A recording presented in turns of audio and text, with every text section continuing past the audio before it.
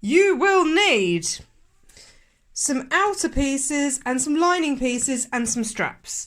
The straps you need 2 of. They need to be 2 inches by 20 inches. And I'm just making those out of a polycotton, which is actually left over from the scrubs effort. But you can make them out of a cotton or anything else, even stuff that's a bit thicker. And then I'm just going to do an outer piece. My outer pieces are going to be just this grey. Again, that's a polycotton. So for my lining piece, I am using this stuff, which you may recognise. Ooh. Oh, it's all camouflaged. So this is the same as my tablecloth. This is just a PU, so it's waterproof. It's also stretchy, but that doesn't really matter.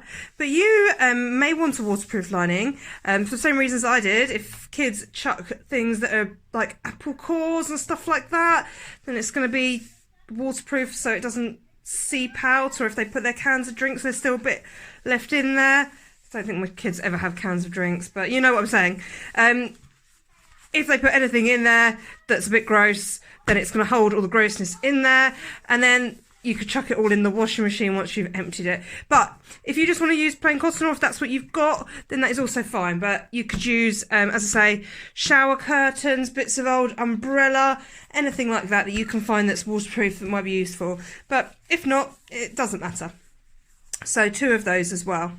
So you need, pop that there again, 2 outer squares, 12 inches by 12 inches, 2 lining squares, 12 inches by 12 inches, 2 straps.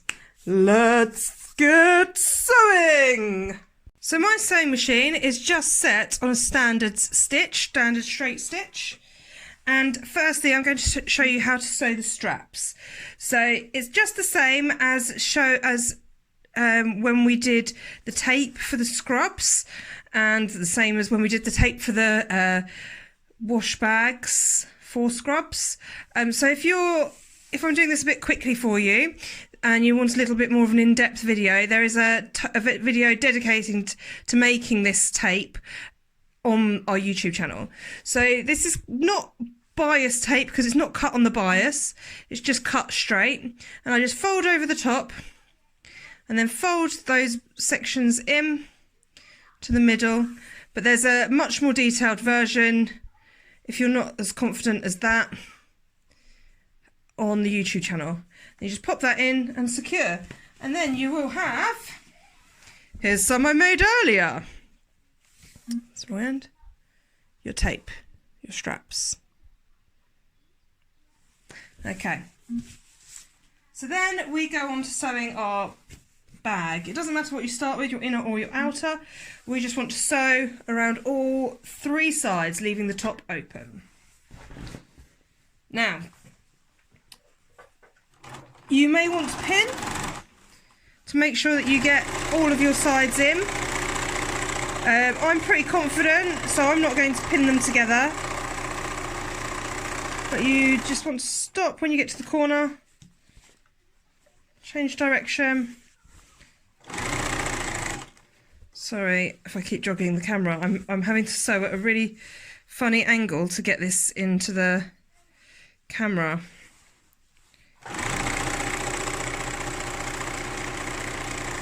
So you see I'm leaving about a centimetre seam allowance.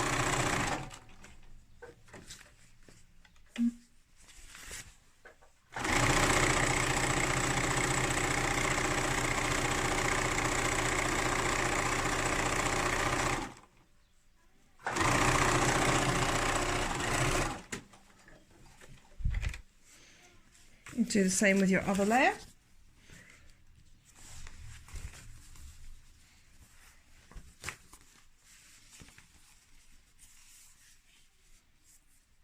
You may find if you have a waterproof layer that it may be a little bit more difficult to sew with.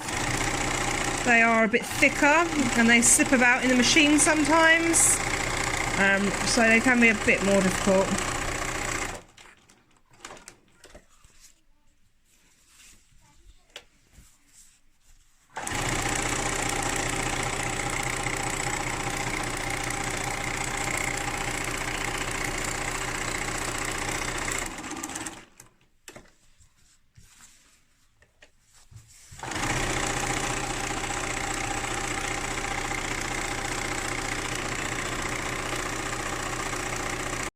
So now we need to make the gusset for our pouches. So we want to make it for the lining piece and the outer piece. The first thing you need to do is just open it out. So you've got your seams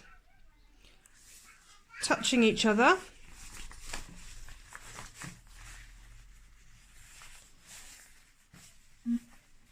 And then you will want to, so you make a right angle.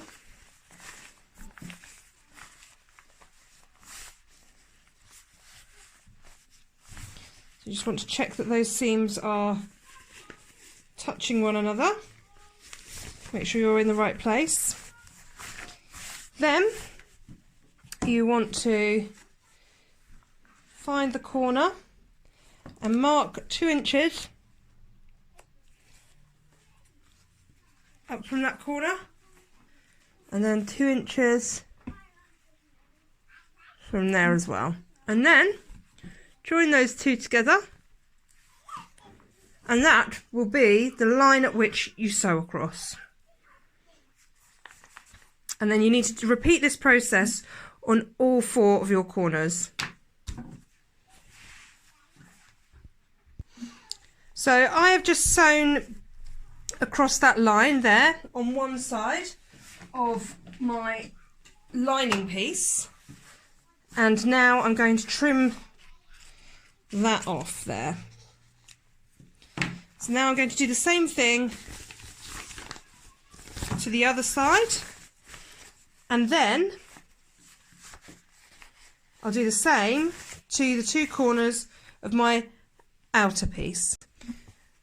Once you have your inner and outer piece completed in that way, and you've created a gusset for them, you can turn your outer piece the right way round.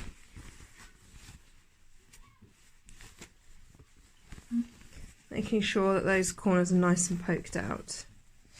Then you'll slip inside your inner piece. Make sure those seams match up.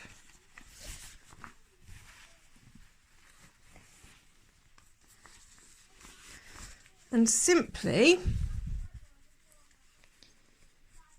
you want to roll it over the top there. Now the reason I'm rolling over the 2 is it makes it nice and stable. If I wasn't on lockdown, I may be inclined to put some boning in this to keep it open, but I think the structure will be strong enough to make the opening protrude enough for those children to get their rubbish into it. So now I'm just going to pin all the way around as I'm folding over that hem. Now I'm doing mine on the outside. There is no reason at all why you don't flip yours and do it on the inside if you would like to. I just quite enjoy having a nice bit of colour on the outside there, especially with the blue and yellow. Looks really nice. So I'm just doing mine just over 1 centimetre, so 1/2 inch.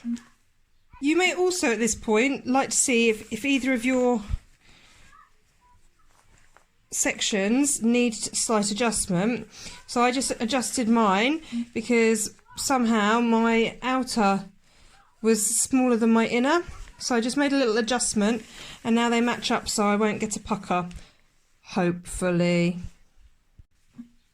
Once you've popped pins in it, you want to pop your straps in as well. So my straps, I'm just going to slip them in like so.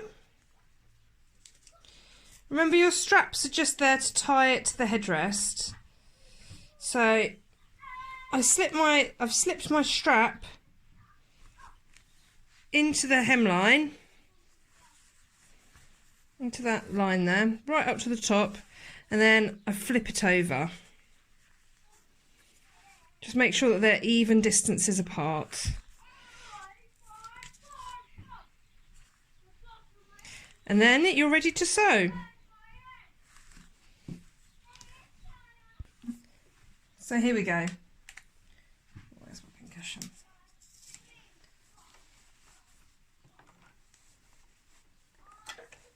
Then you just do your standard securing stitch and off you go. So this is needing a little bit of extra help from me because it's harder for the feed dogs to take this PU through the machine because it's all slippery and we're doing quite a few layers. You can hear it squeaking and it's actually stretching it a little bit, so I'm just going to relieve it.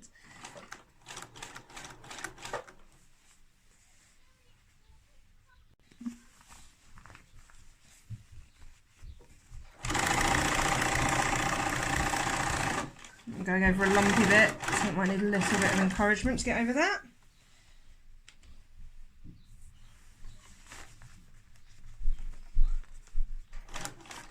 So normally we would avoid pulling or pushing the fabric through the machine, but when it's something like this, you've got so many layers, and especially if you've got a bit of this stuff PU, which is puckering a little bit there, you will need to give it a helping hand. I mean, this machine's a really good machine and doesn't very often need a helping hand. But PU is not the best stuff to work with. And I'm going to make a pucker. So again, take your time, just keep evening it out if this is the kind of fabric you're working with. If you're just working with cottons, then this should be a breeze.